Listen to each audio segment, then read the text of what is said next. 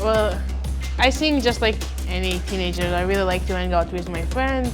I like to cook and like make some meals with my friends. And yeah, pretty much it. Yeah, so I live in the desert and I live in a really small town, but it's in a beautiful area. It's called Mitzpe Ramon. And we have a huge crater right next to us, so the nature in the area is amazing.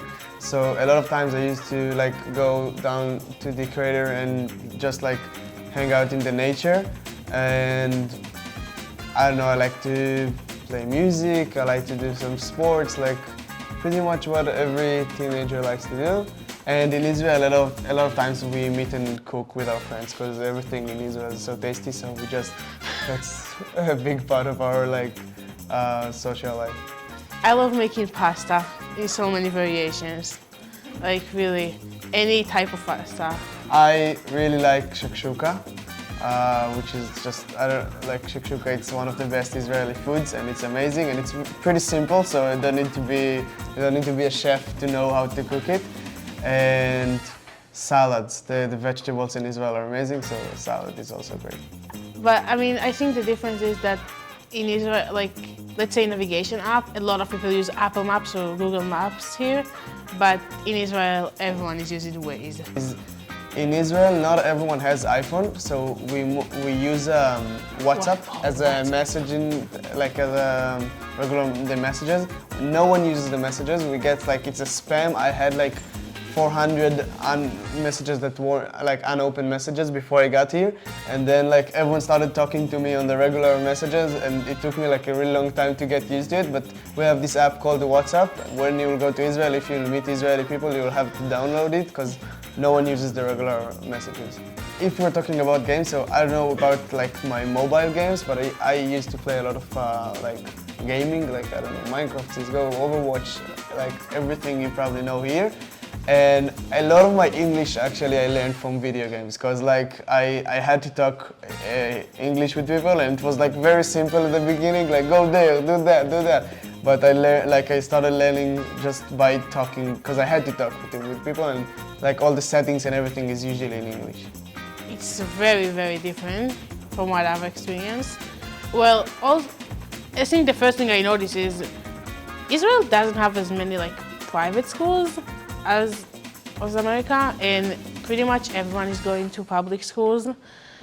And also what I've noticed is like when you go to high school and you have to do like APs and those kind of stuff are very different, because we have some mandatory class we have to take, and it's like 21 units, and you can add those stuff. But like I hear some people saying like, oh, I'm doing like senior math or something like that, which I have no idea what they're talking about. I think a very big difference in the school system is that after high school here, you go to college and we go to the army. So like the mindset is different because we're thinking about, okay, my next 3 years are gonna be harder than the high school years. Like I'm gonna work harder, and also I'm not really gonna use most of what I learned in high school. So a lot of, like from the middle of the 11th grade in your junior grade in Israel, like everything starts to be more free, and a lot of times like you'll go travel with when you're a senior, you won't be in school too much, and like once you start finishing different lessons, so like when you finish your finals, I had my entire, like the last 6 months of my senior year, I had a lot of time free, and I used to travel with my friends and stuff like this, because you know that in the next few years you're gonna work harder. And here, when you know you're gonna go to college and you're gonna, like, this is the time that you're going out of your, I don't know, your hometown, and also like, and you still need to use what you learned in high school. So like sometimes I see seniors here and they look way more, like they take school way more serious than we did when we were in high school. Yeah, like they care a lot about their GPA, and they care a lot about so many stuff that like they're so focused in school, which is not like, last year I was just, traveling, I was going out, I would have 2 hours of school a day. So, I mean, I'm nervous because the experience is very different for a lot of people, but I'm really excited to go to the army. I'm nervous, yeah.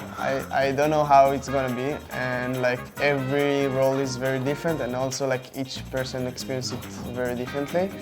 And I know it can be very intense sometimes, and like I'm afraid of not being in control. And like they're preparing you of not to situations that you're not gonna be in control, and you gotta be like do whatever you've been told. You can get you'll get punishments if you won't do it, because it's a serious system. Like they gotta act like this. So I'm excited because I think it will be like a great experience, but I know it will be rough and like I'm nervous. Yeah. I would. I think this is important. Like first, it's a big part of being an Israeli. Like every Israeli that you'll meet that has been to the army will tell you it was a great experience, and like that will tell you so many crazy stories that you like about his army service. And this is one of the most Israeli things to do. And also, I don't know, there is a need for that. If there wasn't a need for that, I wouldn't go, but they wouldn't ask me. Postpone, yeah, that's what we did.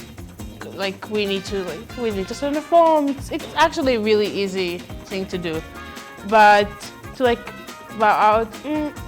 I mean, religious girls can say like the army itself may not be like a good place for religious people to serve in because it's mixed and like they need to pray or to do a lot of stuff, but religious girls can, I mean not easily, but they can go out, and also religious, like Haredi boys can not do it. You can get out of it, and I know people that like they started their service and it was like it wasn't for them, and it's okay. I think like if it's too much for you and you can't do it and you're like you don't feel like you're doing something with purpose, so it's also heavy on the system.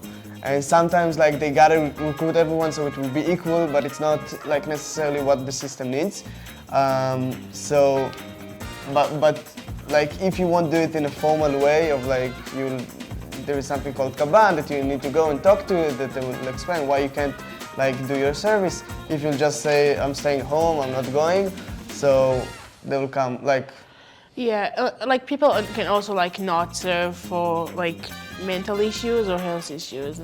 That like one of my friends, she was in combat, and I know like it wasn't a good fit for her, so she needed to speak to a lot of people to like go out of it, but she's still serving. I really think that if Israel didn't need those like the mandatory service, there wouldn't be that law. So because there is, and I know how important it is, I want to serve. Like, and I want it to be a meaningful experience because it's 2 years of my life. Both Tomer and I live in the periphery, which is cities that are outside of main areas in Israel, and that are like usually they have like the towns are the economical system is usually like better, or it depends. In the north, sometimes it's better. At least where I live, a lot of times. Oh, I meant in the big cities, it's better. In the big cities, it's better. Yeah, sorry. So in the periphery, a lot of times it's harder because the government, the country doesn't put as much as resources in the periphery as much as the big cities. I personally don't see a lot of poor people in my area. Like I know we have like 2 or 3 homeless people in my town, and like everyone knows them, and they're like always in the same spots, and we're like everyone is trying to help them. I usually like if I see like homeless people or something like that, it's only gonna be in the big cities because I mean that's where a lot of tourists are, and I mean it's most likely to be like better for them. So I mean you don't feel it, but I don't know. It's not. I don't think it's about homeless. Like it's also about like people that are struggling with life and like. So I mean, yeah, we have those people, and the country. I mean, Israel is giving their like money if they're not working or something like that. In Israel, the country tries to support their citizens a lot. So we have this thing, for example, called Kupat Cholim, which is like in every town, and you can always. It doesn't have to go to the hospital. The healthcare, most of it is like subsidized by the government. If you go to the doctor, it doesn't cost much, but like also medicine or something like that are also subsidized. And I mean, it's pretty much like the country we pay for our health insurance because we pay taxes, like a lot more. You do pay for your insurance, but there's a basic insurance that everyone has. Like there's nothing like that you will, I don't know, you'll be bleeding in the street and no one will take care of it. It will never happen. There's always like the basic, and the basic is pretty good. Like a lot of people just use whatever the government gave them and that's enough. Like you don't need more than that.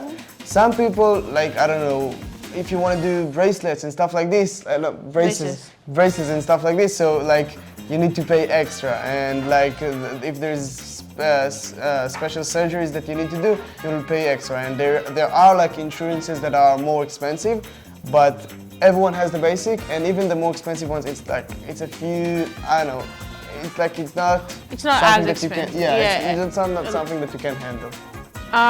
We have H&M and Zara, but I feel like there are a lot of like European or even Israeli clothing stores, so like Pull & Bear or like, I don't know, Castro, and a lot of Israeli brands that are in the market. Yeah, so we have pretty much what you have here. We have some, as Thomas says, a lot of the stores are more from Europe, so there's this shop Pull & Bear that I bought all my clothes from, and I didn't know there aren't any in America, so I was very sad because I had to find new stores to buy at. But thrift stores here. Yeah, and I think the thrift store like culture in America is very strong, and I was surprised. But I buy most of my clothes here in thrift stores, and it's great. Like I really like it. I don't think I've ever been to a thrift store in Israel, and in here everyone is like, yeah, no, just go to like Avalon Exchange. It's like, it's the best place. Yeah, like every country. I mean, like I think the security. I feel very safe where I live, but I mean, everyone knows Israel is not like the safest country in the world because we are not in peace with a lot of people, and I don't feel that vibe when I'm going, but you just know it. Like you open the news and then you hear about something. There's always something happening in Israel, and like. Now there's crazy stuff with the government and crazy protests, and I think we got used to it, and you like once you live there, as Tomer said, you don't feel it. Like there's always something happening, but on your day-to-day life, like you see people, everyone is fine with everyone. But I feel like a major thing in Israel is that you know the saying that every 2 Israelis, 3 opinions. Like there is always, everyone has something to say and they will say it. Like no one has the shame. We say chshuma in Arabic. We say chshuma, which is a sort of shame, and like everyone will tell you what they feel about you and what they think. And usually it's in a respectful way, but sometimes like. It's, I don't know, living here, it's nice to feel that you're just living your life and you doesn't have to argue with everyone, and there's like one major opinion and this is what everyone is going with. And again, like I like it that in Israel we have, like I can discuss with my friends, and in my closest group of friends, each of us will be very different and we'll have very different opinions, and we'll be able to talk about it, but sometimes it's tiring. Yeah, I mean, because you just live this life of like politics and like security and right wing, left wing, and everyone is speaking about it, even if you're like 12. So sometimes it really can just be like tired, like let's just live it. Yeah. And also I think we're a lot louder than American. We are a lot louder. We address our teachers in like their private name, like the first names.